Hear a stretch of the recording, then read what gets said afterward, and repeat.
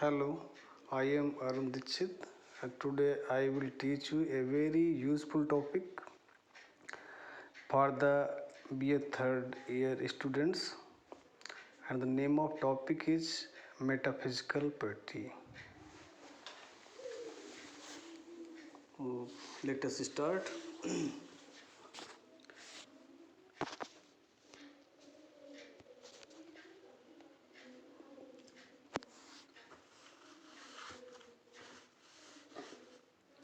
What is metaphysical poetry?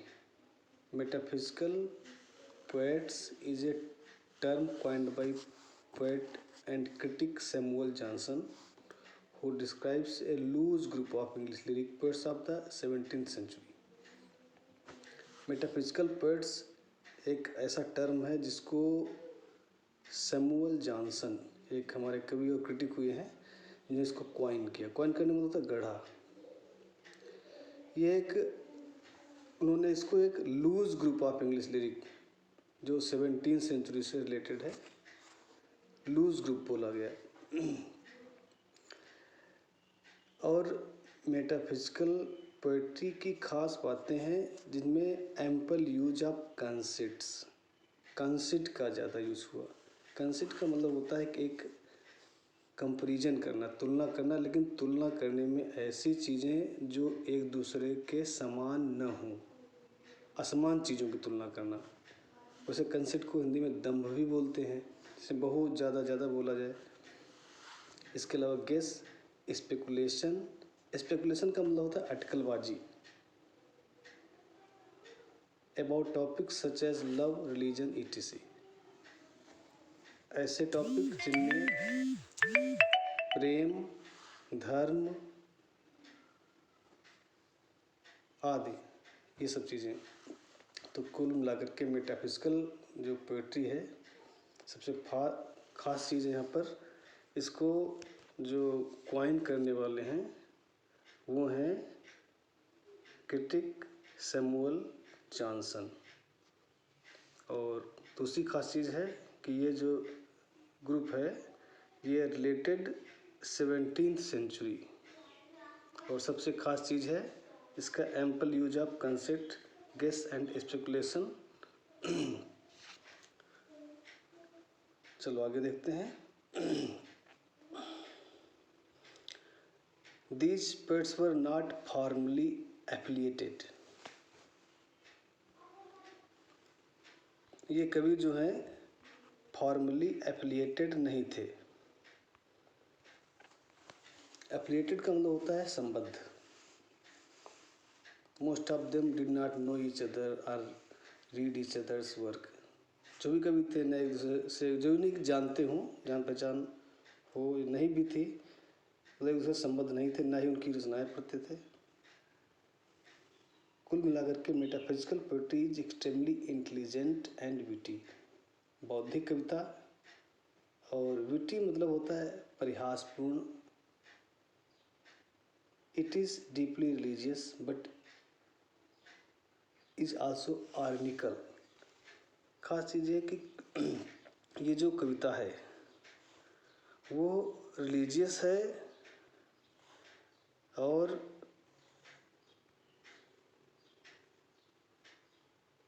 आर्निकल है।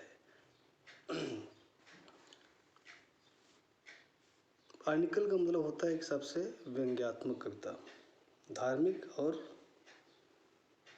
मतलब धार्मिक है और इसके अलावा ये व्यंग्यात्मक भी है। अब आते हैं कि आखिर इसकी मीनिंग क्या होती है। ये जो मेटा फिजिक्स है उसमें एक शब्द आता है मेटा। मेटा का मतलब होता है, the word meta means after. Thus metaphysics deals with the questions that can not be explained by science. मतलब ऐसे टॉपिक जो साइंस से संबंधित नहीं है या जिन पर ऐसे टॉपिक्स को पर डील करती है जो विज्ञान के द्वारा जिनको एक्सप्लेन नहीं किया गया है। It questions the nature of reality in philosophical way, मतलब किसी चीज़ की जो प्रकृति है, वास्तविकता की जो प्रकृति है, उसको दार्शनिक तरीके से समझाया गया है। Metaphysics can cover a broad range of topics from religious to consciousness.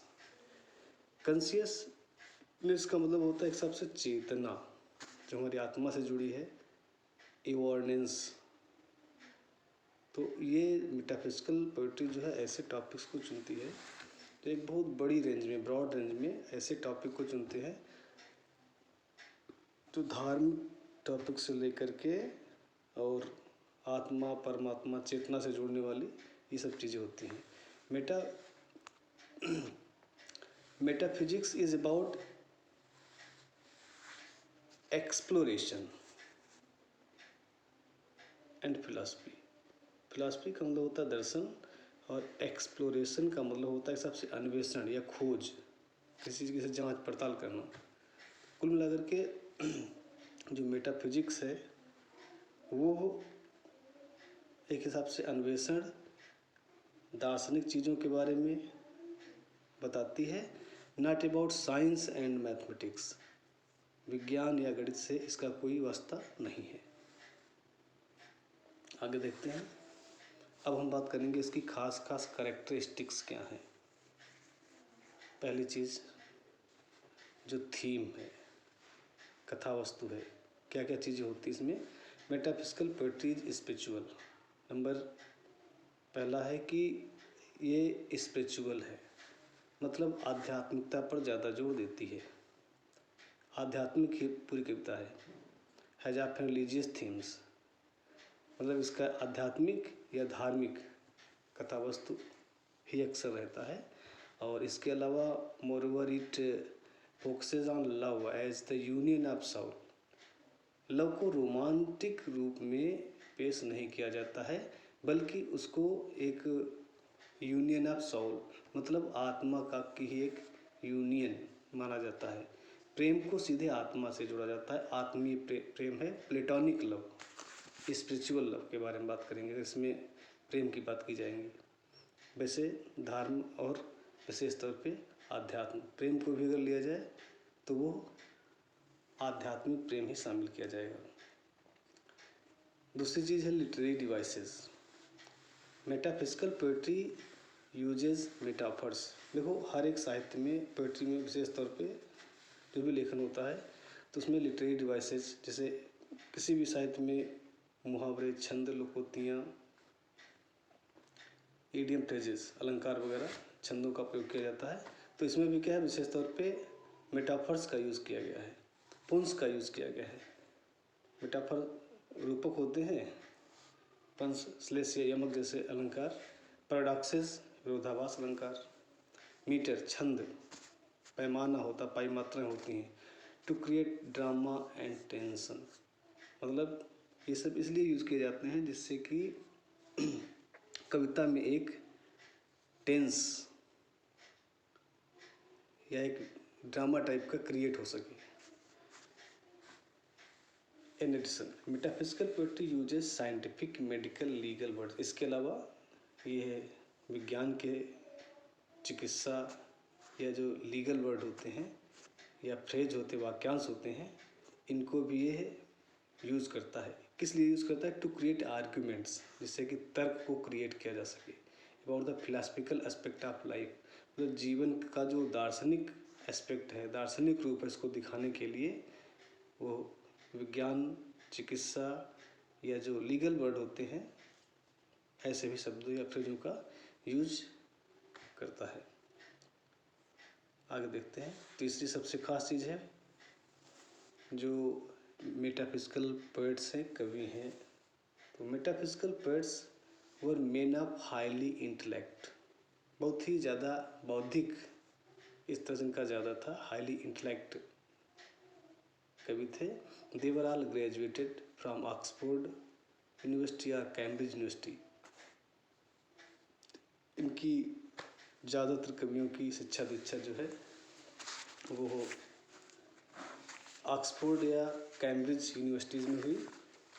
They studied at one of the inns of court in the city of London में उस समय एक इंस ऑफ कोर्ट शिक्षा के लिए फेमस था, जहाँ पर या तो उन्होंने पढ़ाई की with the help of their vast knowledge.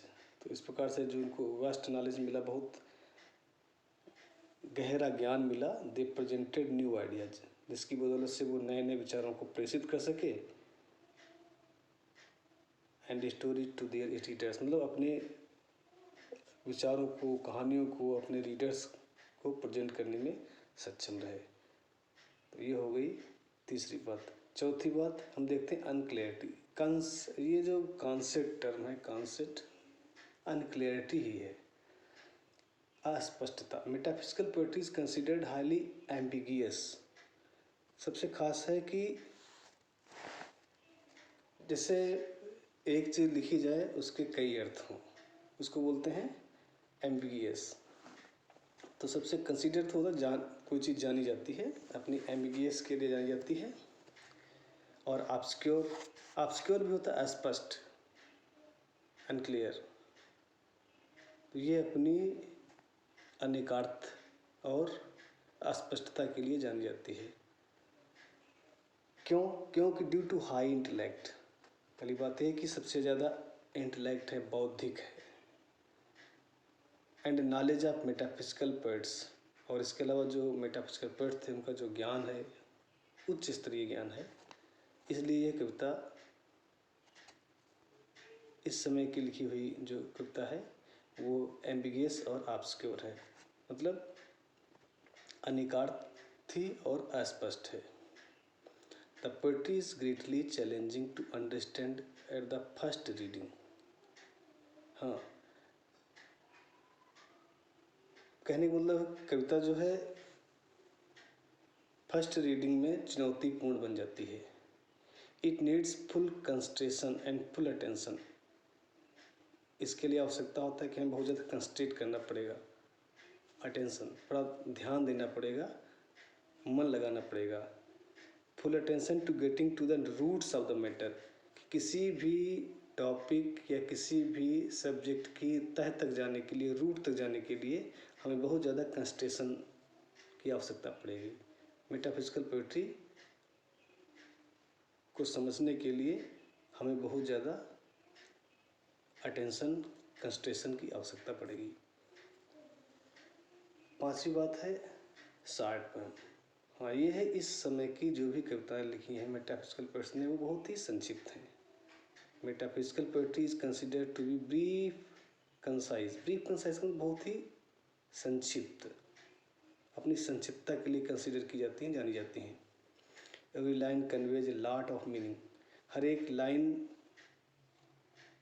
कई कई मायने रखती है।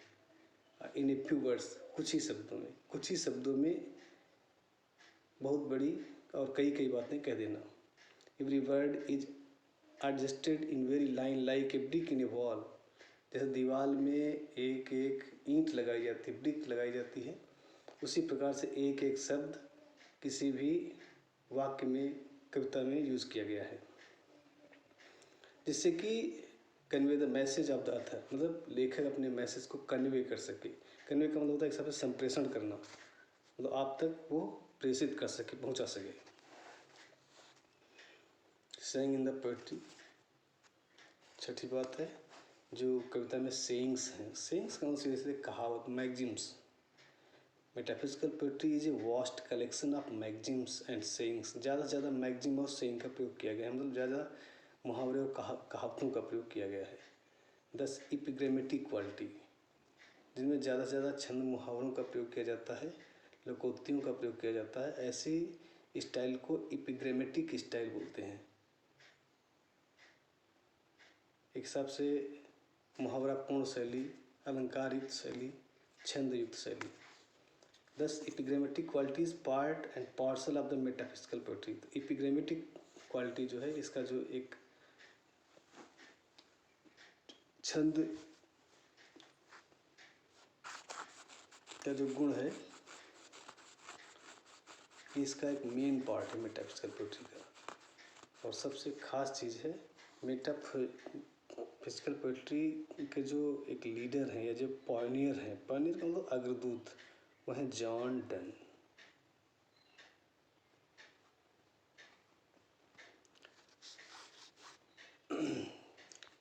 सातवां देखते हैं, मेटाफिजिकल कॉन्सेप्ट्स। अभी हम पहले बता चुके हैं कॉन्सेप्ट्स क्या होता है।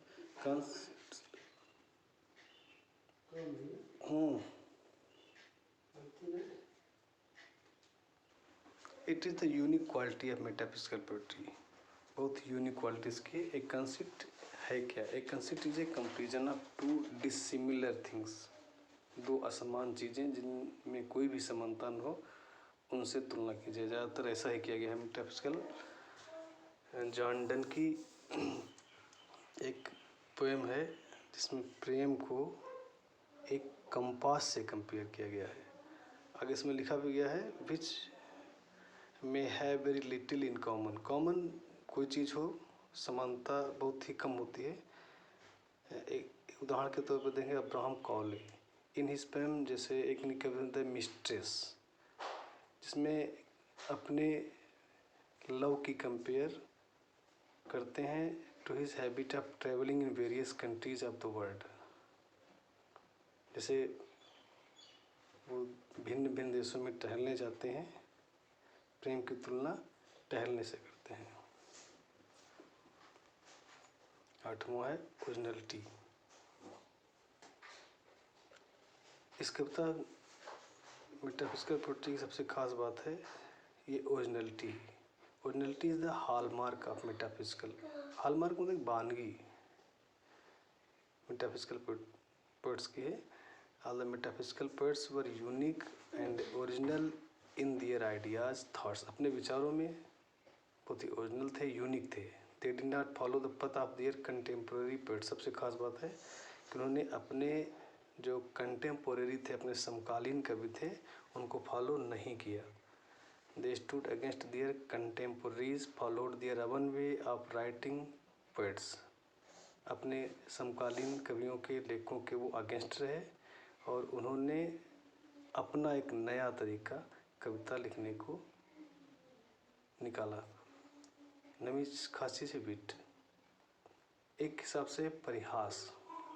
Metaphysical wit is also a noteworthy feature. बहुत ही महत्वपूर्ण फीचर इसका मेटाफिजिकल पोएट्री का wit. Metaphysical wit is the expression of one's idea and thought using aptly technically the words various figures of speech in such a manner as to provide pleasure to the reader। Reader को pleasure provide हो, आनंद मिले, खुशी मिले, इसलिए उन्होंने भिन्न भिन्न प्रकार की फिगर ऑफ स्पीच, नए नए शब्द और यूजिंग एप्टली का मतलब बहुत ही उचित मात्रा में तकनीकी पूर्ण शब्द यूज किए गए हैं। John Donne is called the monarch of wit. John Donne को इसका मोनार्क बोला जाता है। मोनार्क एक मतलब राजा, विट का monarch. In the history of metaphysical poetry, metaphysical poetry के इतिहास में जॉन डन को मोनार्क ऑफ विट कहा जाता है। महत्वपूर्ण है।